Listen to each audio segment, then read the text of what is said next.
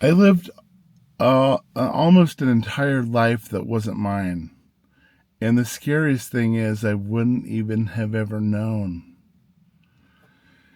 There's a version of my life that almost happened.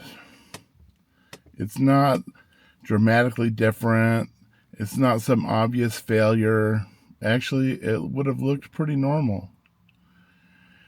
But that's what makes it dangerous. If I never figured out who I was, I don't think I would have noticed anything was wrong. Most people think a lost life looks chaotic, but it doesn't. It looks functional. I would have had routines, income, people around me, but underneath it, there would have been this constant low grade tension.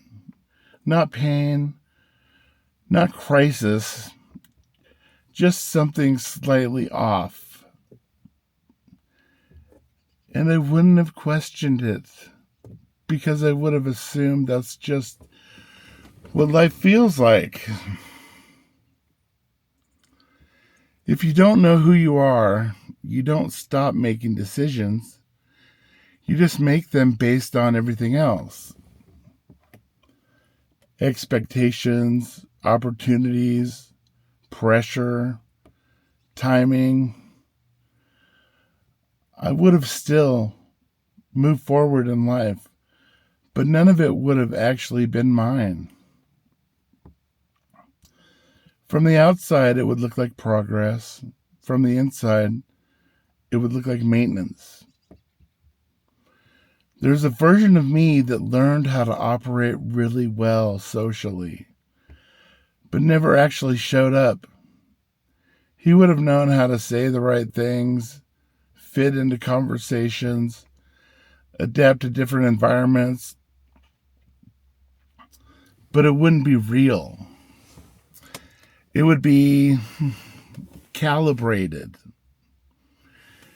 And the scary part is people would probably like him. The version of me that never figured himself out would still be liked, still be functioning, and still be completely disconnected. Relationships would have been the hardest part because I would have felt things but not understood them, drawn to people but not without knowing why, pulled in, then slowly disconnected. Not because something was wrong with them, but because I wasn't anchored in myself. So everything else would feel unstable. I probably still would have built things, made money, created projects, maybe even succeeded in visible ways, but it wouldn't land. You ever notice how some people achieve things and it doesn't change anything inside them? That would have been me. Because success without identity has nowhere to attach. The biggest difference wouldn't be external, it would be internal. A constant, low-level exhaustion. Not from doing too much, but from constantly adjusting to a life that never actually fit. And here's the part that gets me. I wouldn't have called it a problem. I would have called it responsibility, adulthood, reality. But really, it would have just been misalignment. Now, when I look at my life, it's not perfect, it's not easier, but it's mine. Decisions feel different, relationships feel different, even uncertainty feels different. because it's coming from something real. So when people ask, why does it matter to figure out who you are? It's not about becoming something impressive. It's about avoiding a life that looks completely fine, but never really connects. Because the most dangerous life is the one that works. A lot of what I write about in my books is helping people see the version of themselves that they're unconsciously living. You can learn more at Amazon.com under the author name Trent Goodbody. Anyway, that version of me didn't collapse. There wasn't some dramatic moment where everything fell apart. It actually went in the opposite direction. Things were working. But that's also what made it hard to see. The turning point for me wasn't a breakdown. It was a realization, a quiet one. I started noticing that I could move through my entire day, make decisions, talk to people, handle things, and never actually check if any of it was coming from me. It was all automatic. And I remember thinking, if I keep going like this, how would I even know? Not how would I fix it, but how would I even detect it? Because everything on the outside was giving me feedback that I was fine. The most dangerous place to be is when your life is working, but you've never actually checked if it's yours. And that's when I started looking closer. Not at my goals, but at my patterns. Why I chose certain things. Why I moved towards certain people. Why I avoided other things. And what I saw wasn't random. It was consistent. But it wasn't coming from clarity. It was coming from conditioning. And that realization doesn't feel empowering. It's actually disorienting. Because now you're looking at your own life and realizing, I've been participating in this without actually choosing it. And there's no one to blame for that.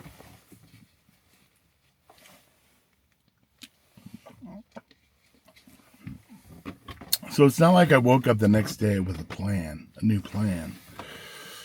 I didn't reinvent my life overnight. The shift was smaller than that, but more precise. I started pausing before decisions, before responses, before agreeing to things, just long enough to ask, is this actually me? And almost immediately, things started changing. Not externally at first, but internally. Some things stopped feeling right. They used to feel normal. Some conversations felt off. Some dynamics felt forced. Not because they changed, but because I was finally seeing them. And this is the part people don't talk about. When you start seeing clearly, you lose the comfort of not knowing. That functional life I talked about earlier, it starts to fall apart. Not because it's attacked, but because it can't hold under awareness. But here's what surprised me. I didn't have to force a new life. I didn't have to go out and construct something better. Once I stopped moving from misalignment, the unnecessary parts started dropping away. And what was actually mine started becoming obvious. From the outside, my life might not even look drastically different. But internally, everything is different. Decisions feel anchored, relationships feel cleaner, time feels more intentional, there's less noise, less performance, less negotiation with things that don't fit. That version of me from earlier was constantly adjusting to stay in sync with a life that wasn't his. This version of me doesn't have to adjust as much because the starting point changed. There wasn't a single moment that fixed everything. It was just this. I stopped assuming that the life I was living was automatically mine. And once you question that, you can't really go back. Most people don't need a new life. They need to see the one they're already in clearly. And so most people don't ask this question because they're avoiding it. Not because they're avoiding it, but because it never even occurs to them that it's possible. That you could be living a life that isn't actually yours. So instead of telling you what that looks like, I'm just going to give you a few things to notice. Not anxiety, not panic, just a subtle tightness in your system. Like something is off. But never enough to really to stop anything, You just keep going and you stay functional. But you never feel fully settled. And that's usually not life being hard. It's a misalignment being quiet. If your life feels slightly off all the time, that's not random. That's information. Pay attention to how much effort it takes to make normal decisions. What to do, who to talk to, what direction to move in. If everything feels like it requires negotiation, that's a signal. Because when something is actually aligned, there's less friction. Not zero difficulty, but less internal debate. You walk into a room and you immediately adjust tone, energy, personality, not consciously, just automatically. And you become someone who fits. And if you do that enough, you lose track of what you were before the adjustment. This one's subtle. Plans fall through, and instead of disappointment, you feel relief. Not because you're tired, but because something in you didn't actually want to be there. That's not laziness. That's misalignment you agreed to. So then there's a time that you achieve something and you make progress and you move forward. And for a moment, it feels great. Then it fades. And then you're back in the same baseline. But that's not a motivation problem. That's what happens when success attaches to something that isn't rooted. If your wins don't land, it's not because they're too small. It's because they're not connected to you.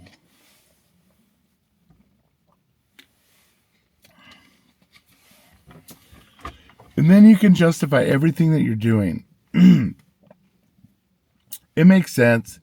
It's logical. It's reasonable. But when you step back, it feels more like a story you're explaining than a life you're actually inside of. This is the simplest one. You move through your day without ever stopping to ask, what do I actually want right now? Not long term, not strategically, just right now. If that's a question that feels unfamiliar, that's a sign. At some point, usually early, most people make an agreement they don't remember making to be who they need to be, to make life work, excuse me, to be accepted, to stay safe, to move forward. And it works. But the cost of that agreement is that your life starts forming around something that isn't fully you. And I want to be clear about something. This isn't a failure. This isn't something to feel bad about.